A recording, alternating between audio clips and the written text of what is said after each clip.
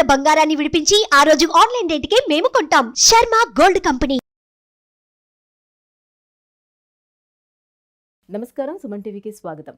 రాముల వారి జననానికి ఎందుకంత విశిష్టత? ధర్మబద్ధమైనటువంటి జీవనానికి నిలువెత్తు నిదర్శనంగా రాముల వారిని ఎందుకు చూపిస్తారు? రామో విగ్రహవాన్ ధర్మః అని ఎందుకంటారు?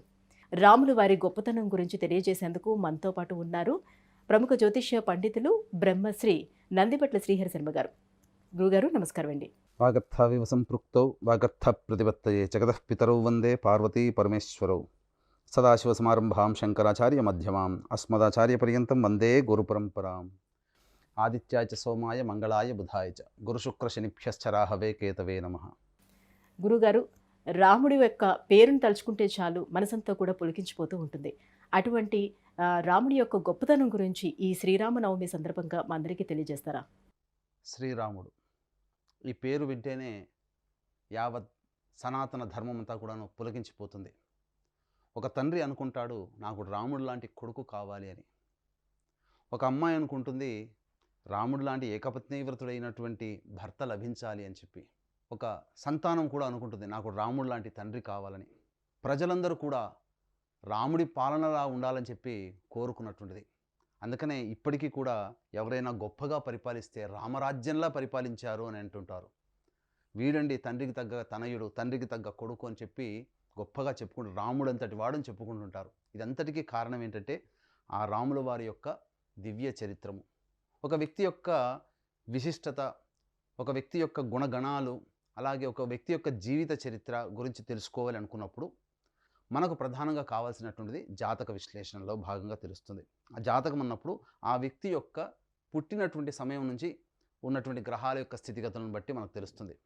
5000 సంవత్సరాల క్రితం మనకు ఈ జరిగినటువంటి రాముని గాథలో మనకు వాల్మీకి వారు మనకు ఈ బాలరామాయణంలోనే మనకు అందించడం జరిగింది. రాముల వారు పుట్టినటువంటి సందర్భంలో ఉన్నటువంటి గ్రహాల యొక్క స్థితిగతులను బట్టి చెప్పడం జరిగింది. ఏమని? కర్కాటక లగ్నం, పునర్వసు నక్షత్రం 4వ పాదంలో జన్మించినటువంటి వాడు రాముడు. అలాగే గురువు కూడా ఉచ్చస్థితి, శని ఉచ్చస్థితి, రాహువు కేతువు ధనస్సు మీనంలో, కుజుడు ఉచ్చస్థితి, శుక్రుడు ఉచ్చస్థితి, రవి ఉచ్చస్థితి. అంటే పుట్టినటువంటి సమయానికి కేవలం 6 గ్రహాల యొక్క స్థితిగతులను మాత్రమే వాల్మీకి రామాయణంలో తెలపబడింది. అంటే 5 గ్రహాలు ఉచ్చస్థితిలో ఉండగా పునరుసు నక్షత్రంలో జన్మించడం జరిగిందని చెప్పారు.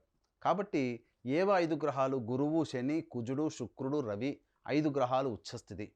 ఇక చంద్రుడి స్థితి ఎలాగో తెలుస్తుంది. మిగతా 3 గ్రహాల యొక్క స్థితిగతులను మాత్రం మనకు అందులో చెప్పబడలేదు. కాకపోతే రాములు వారి యొక్క గాథని, వారి యొక్క సంబంధించినటువంటి చరిత్ర అంతా చూసిన తర్వాత బుధుడు ఇక్కడ లాభస్థానంలో కానీ లేదా నవమ స్థానంలో కానీ స్థితి పొంది ఉండాలి. ఎందుకంటే రవితో పాటు ఎప్పుడూ బుధుడు ఉంటాడు. రవితో కలిసన్నా ఉంటాడు, రవి వెనకాలైనా ఉంటాడు, లేదా రవి తర్వాతనైనా కొన్ని సందర్భాల్లో ఉంటాడు. కాబట్టి ఇక కేతువు, రాహు, ఈ రాహు కేతుల యొక్క స్థితిగతులను కూడా వారి యొక్క దివ్య చరిత్రను బట్టి మనం అర్థం చేసుకోవాల్సినటువంటిది. ఇక గమనించుకున్నట్లయితే పునర్వసు నక్షత్రం 4వ పాదంలో జన్మించారు. అంటే పుత్రకామేష్టి యాగము చేసిన తరువాత దశరథుడికి సంవత్సర కాలానికి కాను వీరి యొక్క బీజము పడలేదు. కాబట్టి పునర్వసు నక్షత్రం అదితి నక్షత్రం, అధిపతి అదితి అంటే దేవగణానికి సంబంధించినటువంటిది. పునర్వసు నక్షత్రం 4వ పాదంలో జన్మించినటువంటి రాముల వారికి గమనించుకున్నట్లయితే 4 సంవత్సరాలు గురు మహాదశ బ్యాలెన్స్ ఉంటుంది. తర్వాత వచ్చిందంతా కూడాను శని మహాదశ. గురుగారు, రాముడు సాక్షాత్తు మనకి శ్రీ మహావిష్ణువు యొక్క స్వరూపమే. అటువంటి రాముడు జన్మించినటువంటి పునర్వసు నక్షత్రంలో ఎవరైనా పుడితే వాళ్ళకి సమస్యలు ఉంటాయి అని అంటూ ఉంటారు. ఇది నిజమే అంటారా? దశరథుల వారికి రాముడి జననము పుత్రకామేష్టి యాగం జరిగిన సంవత్సరం తర్వాత జన్మించడం జరిగింది. ఆ సమయానికి ఉన్నటువంటి గ్రహస్థితుల ప్రకారము రాముల వారు పునర్వసు నక్షత్రం 4వ పాదంలో జన్మించడం. పునర్వసు నక్షత్రానికి అదితి దేవత అధిపతిగా ఉంటుంది. కాబట్టి 4 సంవత్సరాలు బ్యాలెన్స్. తదుపరి ఉన్నటువంటిదంతా కూడాను శని మహాదశ. ఇక తర్వాత ఈ శని మహాదశలోనే రాముల వారు సంబంధించినటువంటిది పూర్తిగా అస్త్రశస్త్ర విద్య పారంగుతుడైవ్వడం, బాల్యం నుంచి యవ్వనం వరకు ఇవన్నీ కూడా జరిగిపోయాయి. ఈ శని మహాదశలోనే వివాహం కూడా జరిగింది. ఇక్కడ ప్రధానంగా గమనించుకోవాల్సిన అంశము లగ్నంలో గురువు చంద్రుడు. లగ్నాధిపతి లగ్నంలోనే ఉండడం ఒక గొప్ప యోగం అండి. ఎందుకనంటే ఒక వ్యక్తి యొక్క ధీరోదాత్తత అన్నీ కూడాను ఈ యొక్క లక్షణాలన్నీ కూడాను లగ్నమే బలమైనప్పుడు లగ్నాధిపతి కూడా లగ్నంనే ఉంటే చాలా బలవంతమైనటువంటి యోగదాయకంగా జాతక శాస్త్రం ప్రకారం చెప్పబడుతుంది. ఇక జాతక శాస్త్రంలో ప్రధానంగా మనం గమనించుకోవాల్సింది పంచమహాపురుష యోగాలు.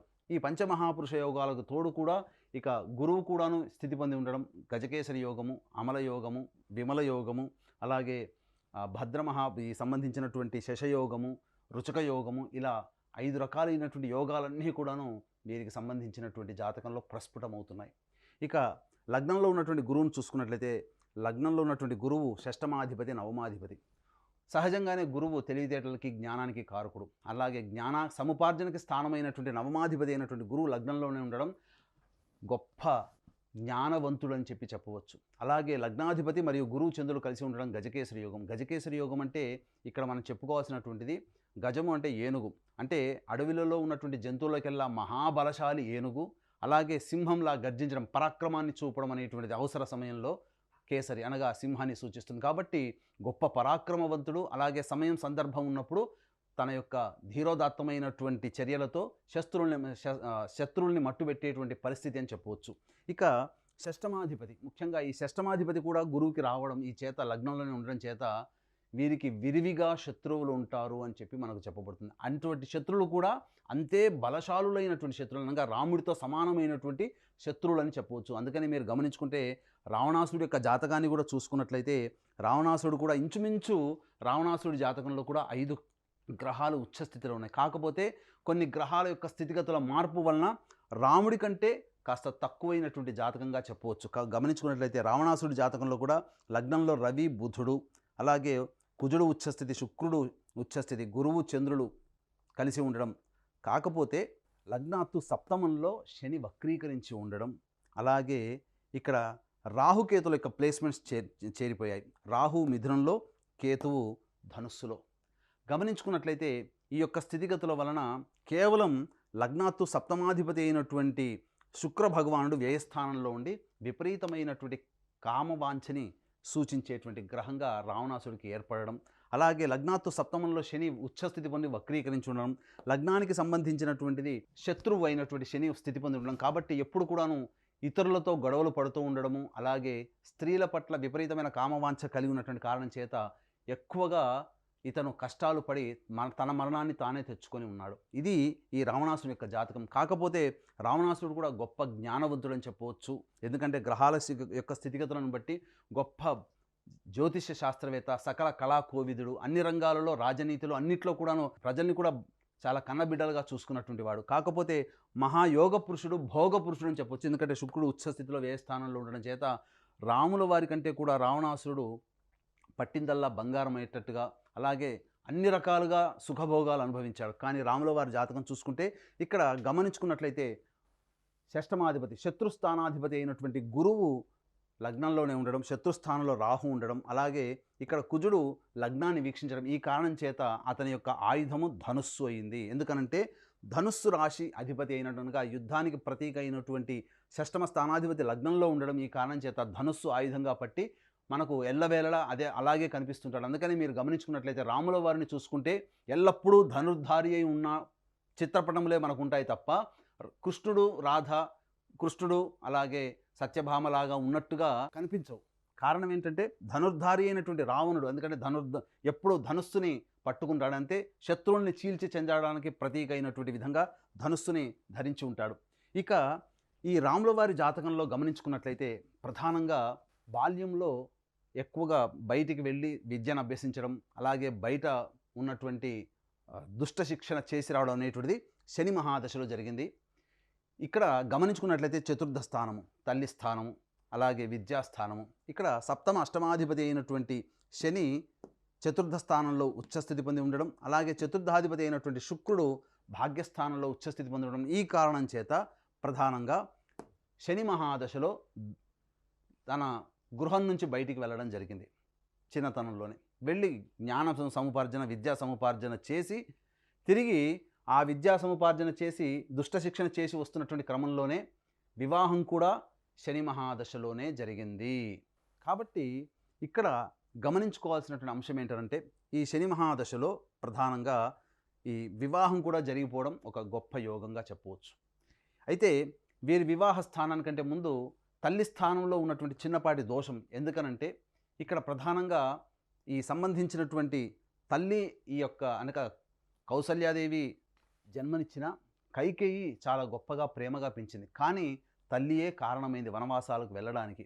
ఇక్కడ కారణం ఏంటంటే వివాహము అయిన తరువాత సంబంధించి చూసుకున్నట్లయితే మాతృస్థానంలో అష్టమాధిపతి అయినటువంటి శని భగవానుడు ఉండడం, అలాగే మాతృస్థానాధిపతి శత్రుక్షేత్రంలో స్థితి పొంది ఉండడం, ఉచ్చ స్థితి పొంది ఉండడం. ఈ కారణం చేత తన తల్లికి ఇచ్చినటువంటి మాట ప్రకారమే, తల్లి ద్వారా నోట వచ్చినటువంటి మాట ప్రకారమే అతను వనవాసానికి వెళ్ళాల్సినటువంటి భార్యా సోదర సమేతంగా వనవాసాలకు వెళ్ళాల్సినటువంటి పరిస్థితి అని చెప్పవచ్చు.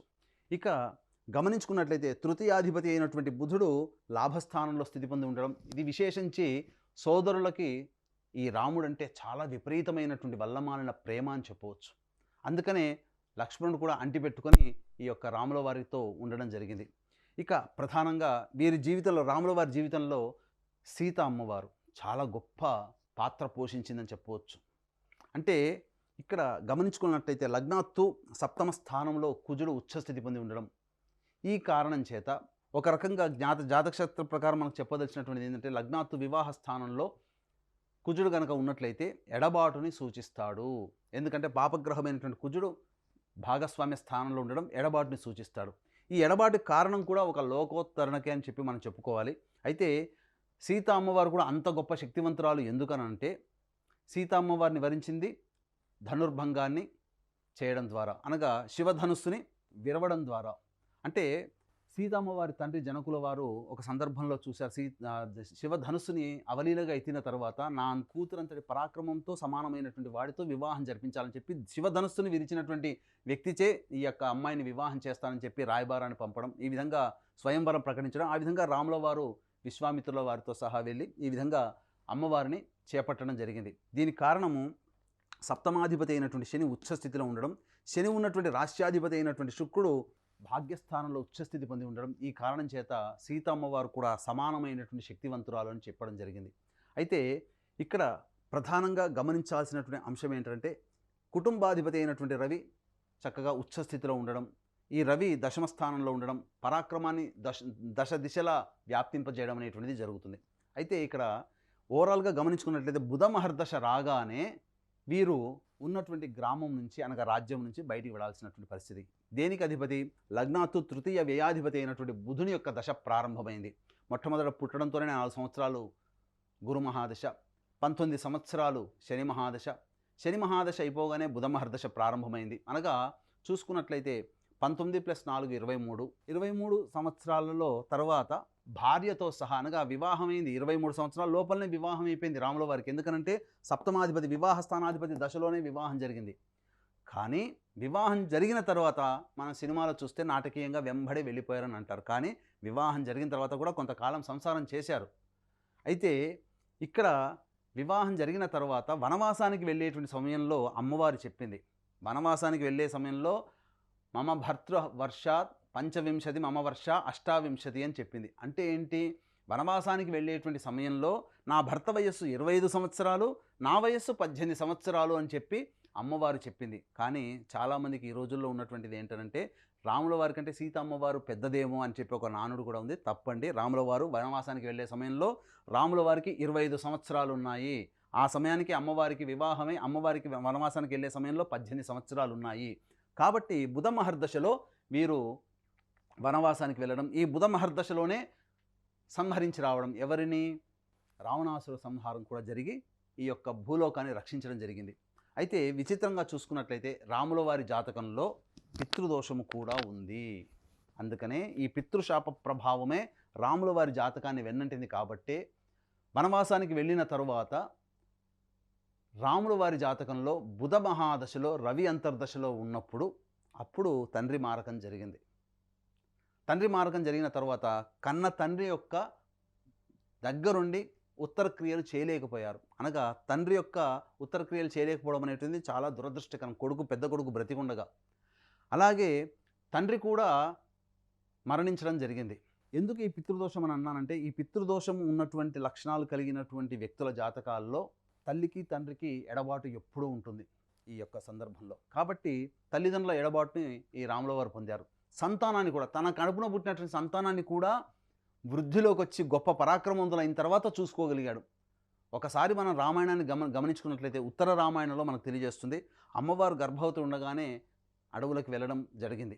ఆ తదనంతరం సంతానాన్ని కనడం, ఆ సంతానాన్ని పెంచి పరాక్రమవంతులను చేసి యువకులైన తర్వాత రాముల వారికి అప్పగించడం జరిగింది. కాబట్టి తన తండ్రి ప్రేమను నోచుకోలేదు, అలాగే తన కడుపున పుట్టినటువంటి సంతానాన్ని కూడా చూసుకోలేకపోవడం అనేది, ఇది పితృదోషము, పితృశాప ప్రభావం వల్ల ఏర్పడుతుంది. అందుకనే వీక్షించేటువంటి ప్రేక్షకుల్లో తండ్రి వైపు 7 తరాలు, తల్లి వైపు 4 తరాల్లో ఏవైనా దుర్మరణాలు అనగా road accident, fire accident, suicide attempt, నదిలో బావిలో పడి చనిపోవడం, ఇంట్లోంచి వెళ్ళిపోవడం, లివర్ ఫెయిల్, కిడ్నీ ఫెయిల్, క్యాన్సర్తో చనిపోవడం, 60 సంవత్సరాల లోపల ఏ విధంగా చనిపోయినా, ఇవన్నీ కూడా మీ కుటుంబంలో కులాంతర మతాంతర వివాహాలు జరిగినా ఇవన్నీ కూడా పితృదోషాలు, పితృశాపాలు అని అంటారు. పెళ్లి కాకుండా ఇబ్బందులు పడుతున్నా, అలాగే సంతానం కలగకున్నా, దాంపత్య సమస్యలు ఎక్కువగా ఉన్నాయి, ఇవన్నీ పితృశాపాలుగా చెప్పబడతాయి. ఇటు పితృదోష నివారణకి మా పీఠం ఆధ్వర్యంలో ప్రతి నెల పితృదోష నివారణ పూజలు, హోమాలు అనేటివి జరిపించడం జరుగుతుంది. కాబట్టి అవకాశం ఉన్నవాళ్ళు ఈ యొక్క పితృదోష నివారణ కార్యక్రమం తదనంతరం కాంటాక్ట్ చేయవచ్చు.